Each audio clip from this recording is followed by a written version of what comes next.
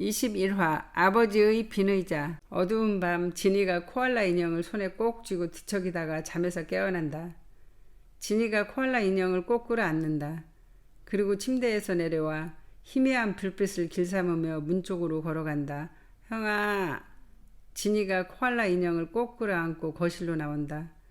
거실은 대낮처럼 환하다. 그러나 거실엔 아무도 없다. 형아. 진이가 진성을 부르며 진성의 방으로 가 문을 연다.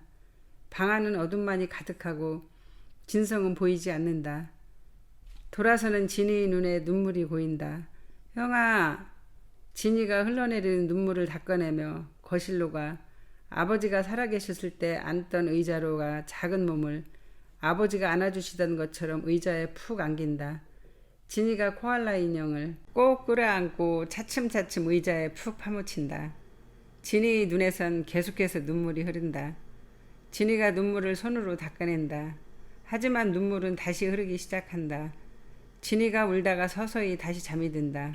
진성은 진이가 일찍 깨어나 자신을 찾다가 다시 잠든 사실을 모른 채 달려서 집 앞에 다다른다. 눈앞에 보이는 집을 올려다본다. 집안은 환하게 불이 밝혀져 있다. 진성이 산에 갈 때는 꼭 집안의 불을 다 밝혀놓고 나간다.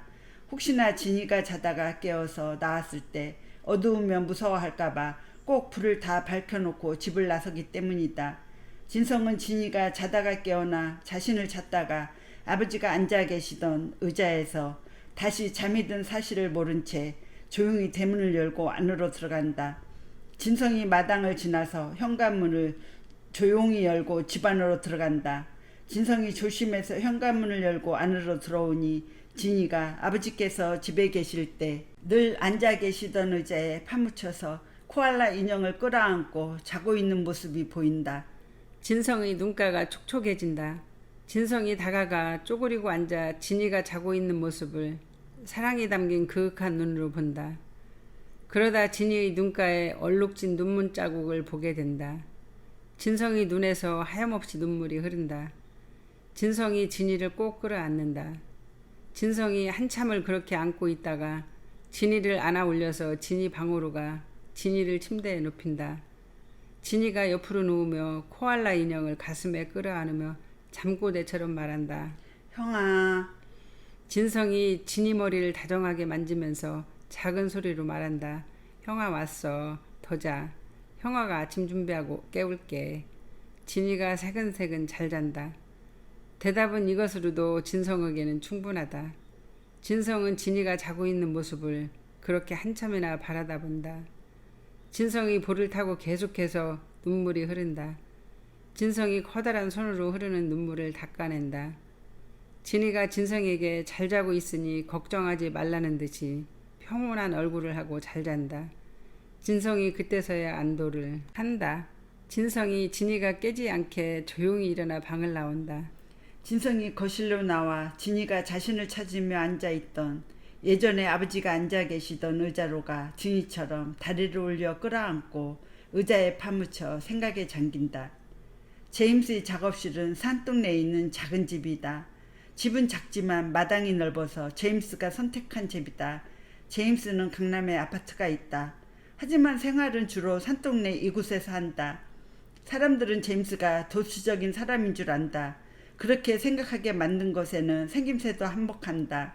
사람들은 제임스가 유럽 생활을 오래 해서 양식을 좋아할 거라 생각하는지 꼭 식사 약속을 잡으면 그들의 생각만으로 이태리나 프랑스 요리를 하는 레스토랑으로 정한다.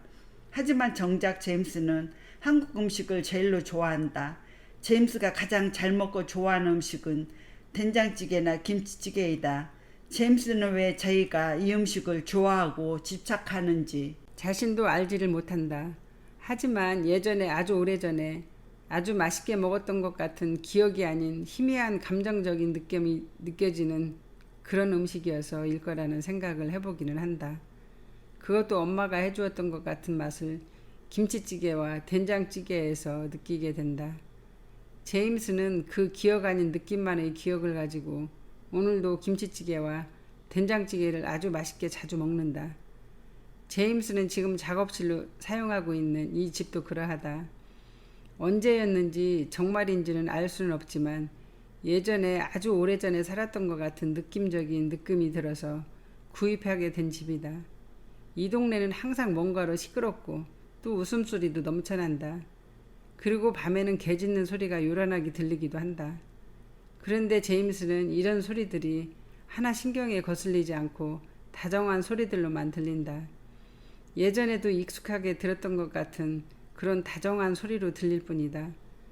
유럽에서 살 때는 작은 소리에도 민감하게 반응을 했었다.